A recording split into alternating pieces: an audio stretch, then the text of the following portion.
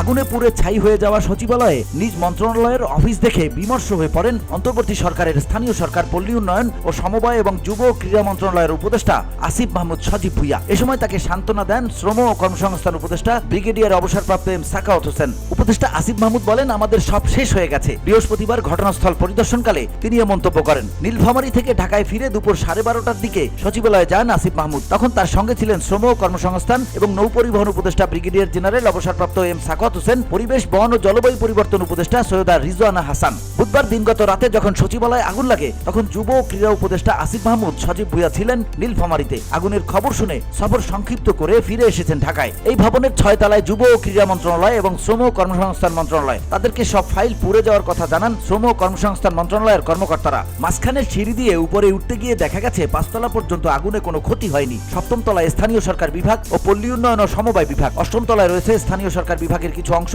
এবং ডাক ও টেলিযোগাযোগ বিভাগের কিছু অংশ। এ ভবনের 9 তলায় রয়েছে সড়ক পরিবহন ও মহাসড়ক বিভাগ। এই 4টি তলা পুরো পুড়ে গেছে। প্রতিটি কক্ষের সবকিছু পুড়ে ছাই হয়ে গেছে। কোথাও কোথাও দেয়ালের অংশ খসে পড়েছে, সিঁড়ি ধসে গেছে, ছড়িয়ে ছিটিয়ে আছে পোড়া ধ্বংসস্তূপ। আগুন নেভার পর পুরো ভবনটি ঘিরে রেখেছে আইন শৃঙ্খলা বাহিনী। গুরুত্বপূর্ণ ব্যক্তি ছাড়া কাউকে ভেতরে প্রবেশ করতে দেওয়া হচ্ছে না। পুড়ে যাওয়া অংশ থেকে বিভিন্ন আলামত সংগ্রহ করছেন আইন শৃঙ্খলা বাহিনীর সদস্যরা। সচিবালয়ের ভেতরে টহল দিচ্ছেন সেনা সদস্যরা। এর আগে উপদেষ্টা আসিফ মাহমুদ সজীব ভুঁইয়া বলেছেন, আমাদের ব্যর্থ করার এই ষড়যন্ত্রে যে বা যারাই জড়িত থাকবে তাদের বিন্দু পরিমাণ ছাড় দেওয়া হবে না। VOD Bangla news desk.